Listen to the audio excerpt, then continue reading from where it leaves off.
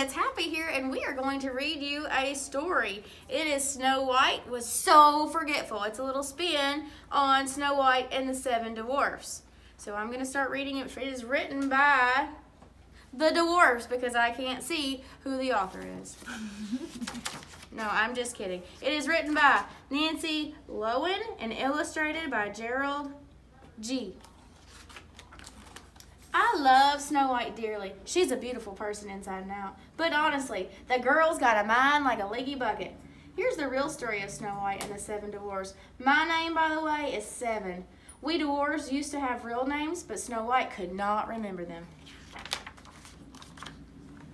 One day we came home from the mines to find our cottage door open. We had been burgled. But no, it was just a lovely little girl sound asleep.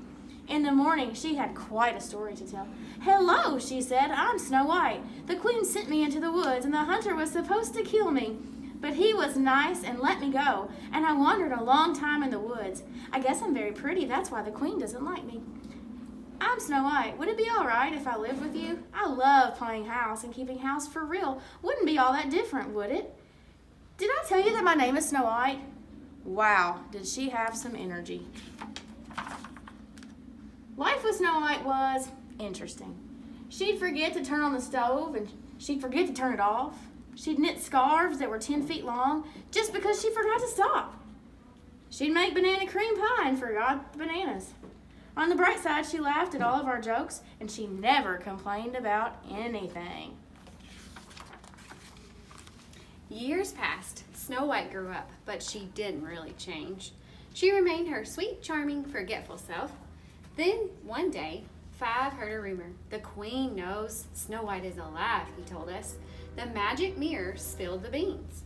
We gave Snow White orders to stay inside the cottage. She was not to open the door to anyone. We knew the evil queen would try to hurt her. But Snow White quickly forgot.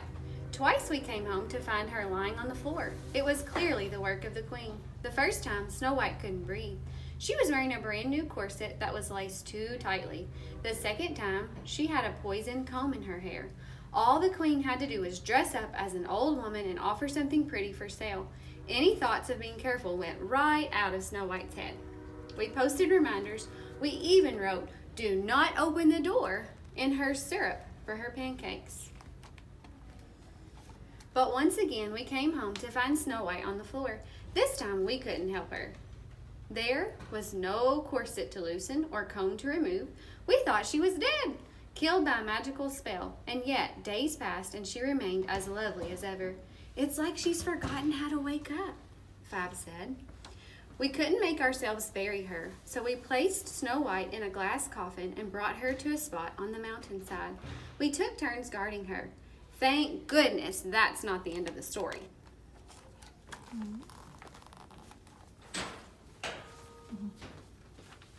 One day I heard voices in the woods. "No, Your Majesty, it's not time for lunch. We ate our lunch an hour ago. Don't you remember?" "Oh, right, silly me." Suddenly I was face to face with the prince, but he barely noticed me. He couldn't take his eyes off Snow White. "What happened to her?" he asked. "What's her name?" I told him the whole story. "She's the most beautiful girl I've ever seen." He breathed. "Those lips, those eyes. What did you say her name was? Could I take her with me?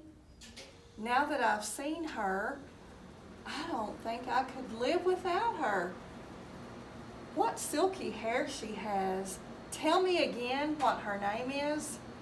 I smiled. The prince reminded me of a certain someone. We were bringing Snow White back to the cottage so the other dwarves could say goodbye. Without warning, the prince stopped and turned around. "Hey, what about lunch?" he asked. The servant slipped. The coffin slid, and Snow White coughed.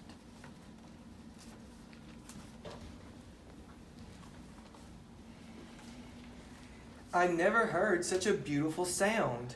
Out of her throat flew a bit of rosy red apple. Rosy red poisoned apple, that is. She sat up. Did someone say something about lunch? She asked. Yes, Snow White married the prince, of course. The queen actually showed up at the reception, if you can believe it. Everyone threw dinner rolls at her and booed so loudly she ran away and was never heard from again. Things are pretty much back to normal now. When it gets cold outside, we're grateful for our 10-foot scarves, and every once in a while, we make a banana cream pie without any bananas, just for old time's sake. The end.